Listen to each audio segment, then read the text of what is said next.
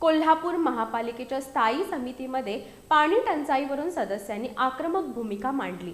सदस्यांना निधी कधी मिळणार असा सवाल उपस्थित करून झूम प्रकल्पातील कचऱ्यांचं नियोजन करावं असं सदस्यांनी सांगितलं।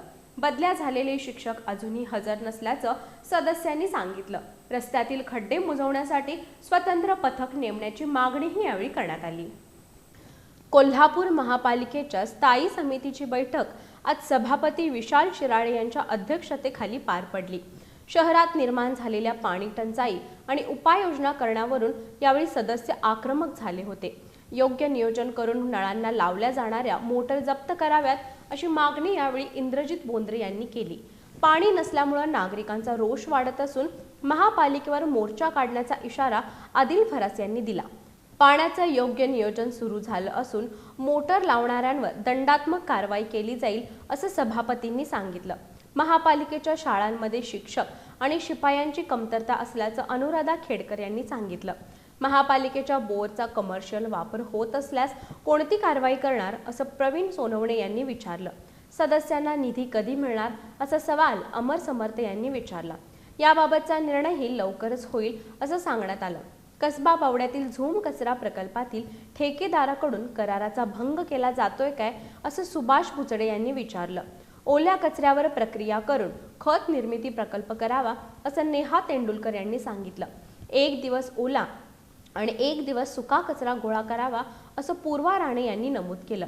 यावर 4 ठिकाणी कचरा संकलन प्रकल्प उभारण्यात येणार असून त्याची निविदा प्रक्रिया सुरू असल्याचं सभापतींनी स्पष्ट केलं। बदल्याच झालेले शिक्षक हजर नसल्याचं सदस्यांनी सांगितलं। याबाबत तपासणी केली जाईल असं प्रशासनानं सांगितलं।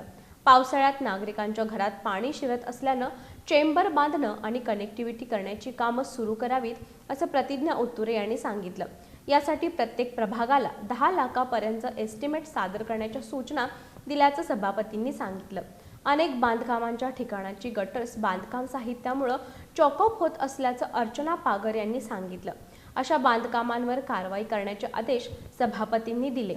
रस्त्यातील खड्डे बुजवण्यासाठी स्वतंत्र पथक होतं, ते का बंद करण्यात आलं असा सवाल प्रतापसिंह जाधव सरकार यांनी विचारला। याबाबतचं नियोजनही सुरू असल्याचं यावेळी सभापतींनी सांगितलं। पाण्याची परिस्थिती गंभीर होऊ नये यासाठी हार्वेस्टिंग सिस्टीम बंधनकारक करावी असं अभिजित मोकाशी आणि प्रवीण सोनवणे यांनी सांगितलं। याबाबत नियोजन करण्याची ग्वाही प्रशासनानं दिली।